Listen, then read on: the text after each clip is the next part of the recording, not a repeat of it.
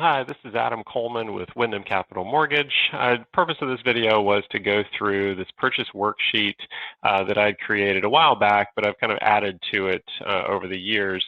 It's designed to give buyers a lot more information really right at their fingertips when they're comparing different rate options, different payments on a house, kind of comparing different down payments, also having a lot of different helpful information and links, kind of specifically related to the home buying process and how it affects your mortgage as well. So just running through this, this first page is the mortgage payment calculator. This is really the one that you're going to be using the most. It's comparing 3 different options. Now, you can't edit this until you've made a copy of the workbook. So make sure you go to File, click Make a Copy, and then save it to your computer. And then once you've done that, then you can actually edit all of these fields to customize to your situation. So if you're looking at for this example, it's $300,000 house, but you can change this amount. So go in, plug in your information, kind of give it a range. So just maybe bracket your price range high and low just so you can see the differences.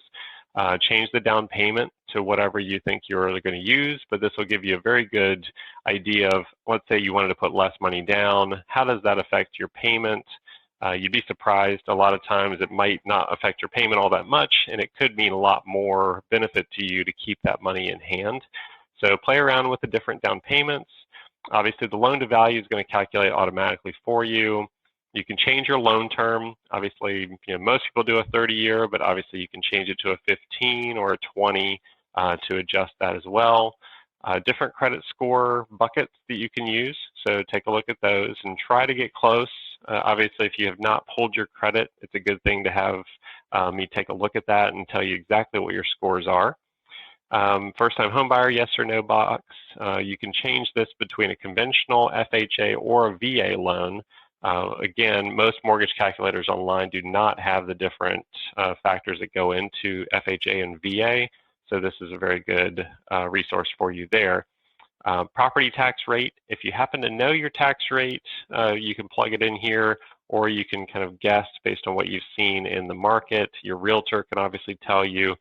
There's also a link that I'm going to include in one of the other later workbooks that has an estimator as well. Homeowner's insurance, again, if you don't roughly know how much that's going to be, I would check with your insurance agent, or typically it's going to be somewhere in like the 0.2 to 0.4% range, depending on what state you are in. But once you plug this in, you can quickly see how your payment's affected, kind of what you can do to improve that, obviously lowering the purchase price or increasing the down payment. But there's a very easy way to play around with the numbers. If you don't know the interest rates, obviously the best way to check this is to ask me. Just give me a call or shoot me an email, ask me what the rates are, and we can go through and I can give you a much more tailored approach to this. But if you're just on the spot, you need to know roughly how much they are, just as a ballpark. I've included a link here that you can go to, and it'll take you to this page. It's a third-party site. I have nothing to do with this. This is basically taking a national average. But I find it's a fairly useful and somewhat conservative, or at least a fairly accurate representation. If you look on LendingTree or online at other websites that show mortgage rates, it's all fluff. It's all marketing rate information. So this is based on a weekly survey that happens, or a daily survey that happens, that will talk about different rates from all the lenders across the board.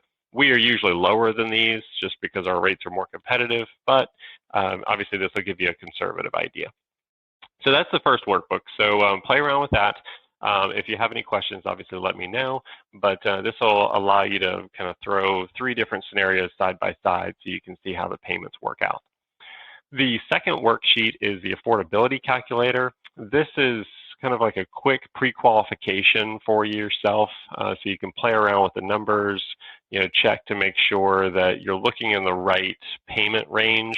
Most people obviously are comfortable with a certain payment that they want the mortgage to be, which doesn't necessarily match up to what they qualify for. So this will be a good tool for if you just plug in your basic information. It will essentially tell you the maximum payment that you can qualify for a conventional loan, a jumbo loan, or a VA FHA loan, potentially. So you can play around with these numbers, change the salary to whatever your income is, adjust the debts to kind of match and mirror what you are actually paying for car loans or student loans. If you have a mortgage that you're going to continue until after you buy this new house, you'd want to plug in that payment as well, including taxes and insurance. So factor that in as well. Once you plugged in an estimated HOA dues for the next house, if there are potentially going to be any, this will tell you what your debt to income ratio is and then your maximum payment that you can qualify for. So the next section is purchase do's and don'ts. Even if you've bought a house a ton of times, or if you've only bought one, if you've never bought a house before, sometimes people forget that there are certain things that you do and don't do when you're buying a house. This will kind of give you a reminder of some of the major things that I've seen kind of derail transactions and really create potential hurdles down the road. So take a look at those. Documents required. This is just a one-stop spot where you can actually take a look and see, all right, roughly what documents am I going to need in this process. This will give you a good snapshot of those depending on what type of income you're getting and whether or not you have a different house or other factors that go into it. But this will give you a rough idea of what documents are required. Pre-approval grades is kind of a good illustration of why there's a difference between pre-approvals and other things, and actually differences between pre-approvals. So a lot of lenders will have a pre-approval, but it's not necessarily as strong as other pre-approvals. This will go through and explain the differences there. So take a look at that. And also, this is something to share with your agent and also potentially the listing agent or the seller for the house that you might be buying, because what our goal would be is to get you into this A-rated pre-approval through underwriting, which Wyndham is one of the few places that actually does this. And it doesn't require really much any additional work from your standpoint. It's really just us going through the process to get you licensed through a licensed underwriter and approved. So the last section is helpful links and charts. If you're a veteran and you're looking at a VA loan, this funding chart will help you understand kind of what funding fees there are. Obviously not applicable if you're not in the military, so just disregard that. But the other links, this will give you access to easy ways of contacting me. You can schedule an appointment through my calendar. You can access the mortgage application if you haven't already done so. You can ask for a rate quote. Again, it's probably easier just to call me directly or email me directly, but this is another option. You can also access the loan portal for uploading documents and then also reading any reviews about me or passing this along to friends and colleagues if they were also looking at buying a house. They can read up more about me as well, just to get comfortable.